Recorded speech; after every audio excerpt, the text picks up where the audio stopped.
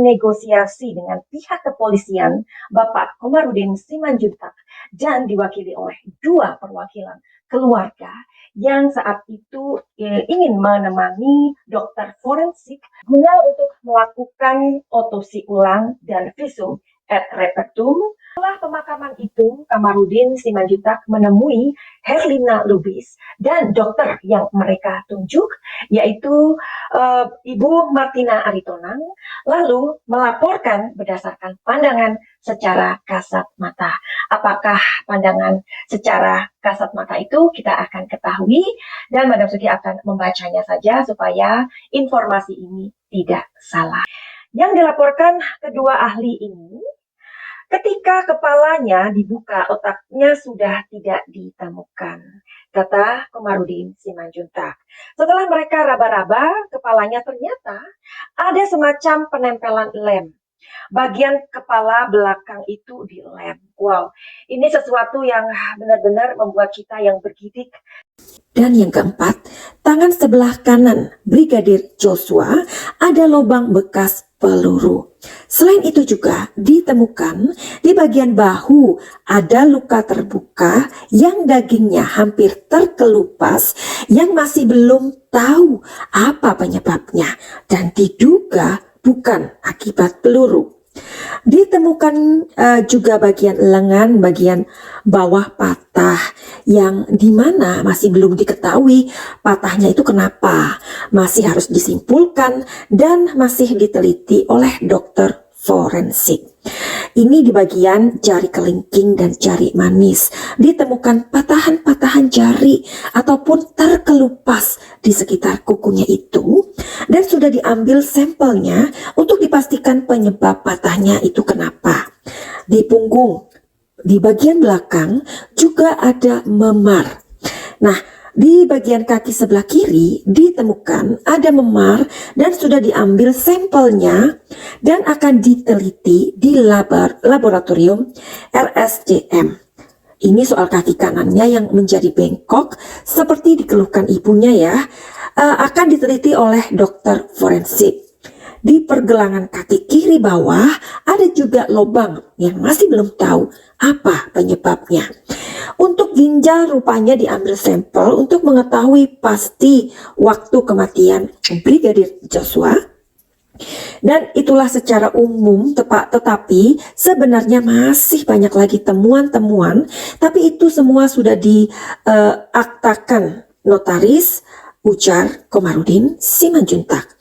Menurut Komarudin Simanjuntak, dalam 1-2 hari ini akan dilaporkan temuan mereka ini ke polisi agar tidak terjadi distorsi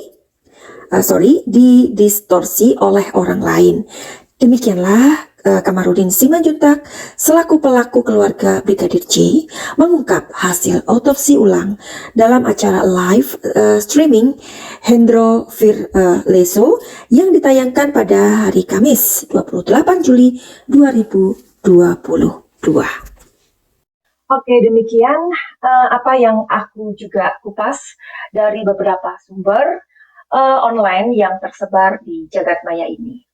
Barangkali kalian juga pernah melihat Madam Suki mempunyai kartu yang gede banget, ya seperti buku, kira-kira itu hampir 1 kilo beratnya, tapi saat ini tidak dibawa karena posisinya ada di Thailand ya, kartu itu. Sedangkan Madam Suki sekarang ada di Eropa. Dan untuk melihat sebuah kasus atau menganalisa atau memprediksi kenapa sih Madam Suki itu memakai kartu yang bernama tarot, supaya kalian tidak salah sangka dan tidak salah mengerti kenapa dengan tarot. Oke, inilah jawabannya.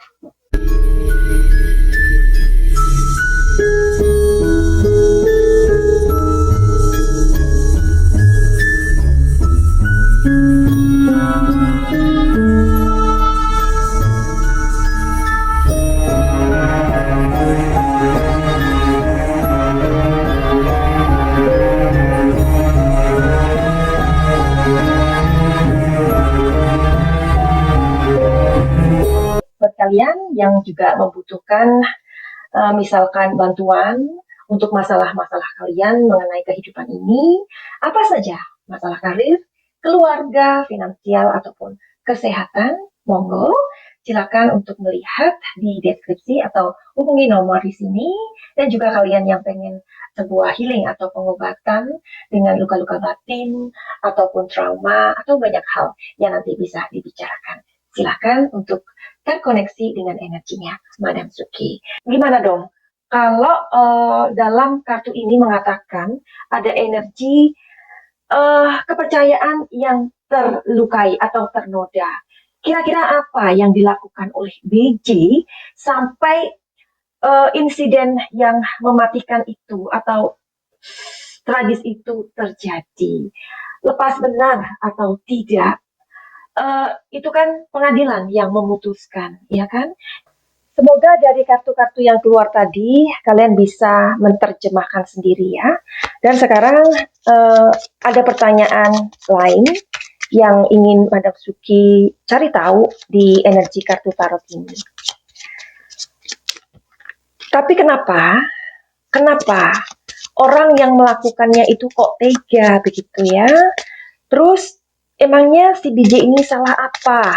Kok sampai segitu sadisnya, ada kepala yang dilem, dan menurut kabar juga bahwa penembakan itu bukan dari jauh melainkan dari dekat, ya, seperti ada lem di kepala. Itu barangkali kenapa, ya, langsung saja kita cari tahu. Sebenarnya BJ ini salah apa gitu ya, kalau dilihat dari penembakan tersebut, juga dari berita-berita yang berkembang bahwa dugaan kuat bahwa penembakan itu bukan dari jarak jauh, melainkan dari dekat. Itulah kenapa sampai otak dari BJ ini pindah ke perut, ya. Sebenarnya dia itu salah apa sih? Kok sampai setega itu, ya?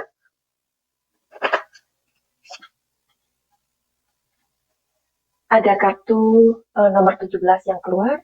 Ini menandakan tentang sebuah kelemahan, ya.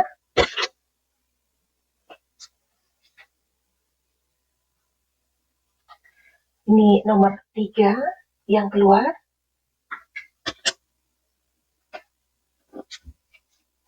Dan ini adalah nomor 9. Madam Suki akan memberikan 3 clue ya. Barangkali kalian bisa menerjemahkan. Clue pertama di sini adalah sebuah weakness ya, atau sebuah kelemahan. Nah, kalau kita membicarakan kelemahan, ini kelemahan siapa? Pasti kelemahan dari orang yang menjadi korban. Dan di sini ada sebuah ketidaktulusan atau ketidakjujuran, ya, nomor 3 di sini. Kalau kita membicarakan ketidakjujuran atau ketidaktulusan dari siapa? Ini tentu dari korban juga. Kalau kita ngomongin tentang majikan atau bos kita, kalau kita bekerja kepada orang lain, berarti kita sebagai bawahan. Kalau atasan merasa tidak puas atau merasa kita tidak jujur dalam sebuah hal atau mengetahui sesuatu, pasti ini kan menjadikan sebuah bumerang ya untuk bosnya ya. Kalau kita jadi bos, misalkan kita tahu bahwa ada anak buah kita atau asisten kita banyak tahu tentang apa yang terjadi di dalam rumah atau tentu dalam diri kita, tentulah hal itu tidak menjadi sebuah kenyamanan. Oke. Dan clue ketiga ada sebuah pesan. Jadi pesan ini adalah barangkali ada orang yang mengatakan sesuatu bahwa asisten kita ini bukan orang yang baik. Nah, saat itu terjadi ledakan emosi yang tiba-tiba. Apakah kalian ingat bahwa Madam Suki pernah membuat video beberapa kali, 2 kali ledakan emosi itu terjadi. Jadi ledakan emosi itu terjadi begitu saja, tidak bisa dikendalikan. Dan juga ada muatan politik, ya, 2 kali kartu politik keluar. Ingat, politik itu kan sebuah taktik atau cara atau strategi, ya. Kalau kita ngomongin tentang politik, politik itu bisa jadi adalah sebuah sudut pandang atau cara pikir ya, karena politik itu sama halnya dengan strategi atau apa ya, cara, ya. Jadi kenapa dirilisnya kematian atau insiden yang terjadi antara BJ dan BE ini baru dirilis 2-3 hari setelah insiden tersebut, karena ini ada sebuah strategi atau taktik. Nah, hari ini kita mengetahui bahwa ternyata dari otopsi kedua itu dan visum et repertum itu diketahui bahwa ternyata ada pengeleman kepala. Makanya dari awal ya masyarakat ini juga menduga ya atau berasumsi lah ya, kenapa kok sampai ada jahitan, sayatan, itu dari mana. Jadi oke, kita akan terus mengikuti kasus insiden baku tembak ini.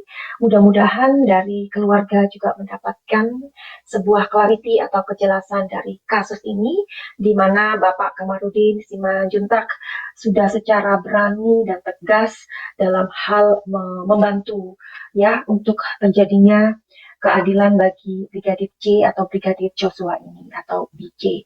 Mudah-mudahan apa yang diupayakan oleh keluarga BJ mendapatkan kemudahan. Amin. Finally, begitu aja. Send love and light. Salam Jaya.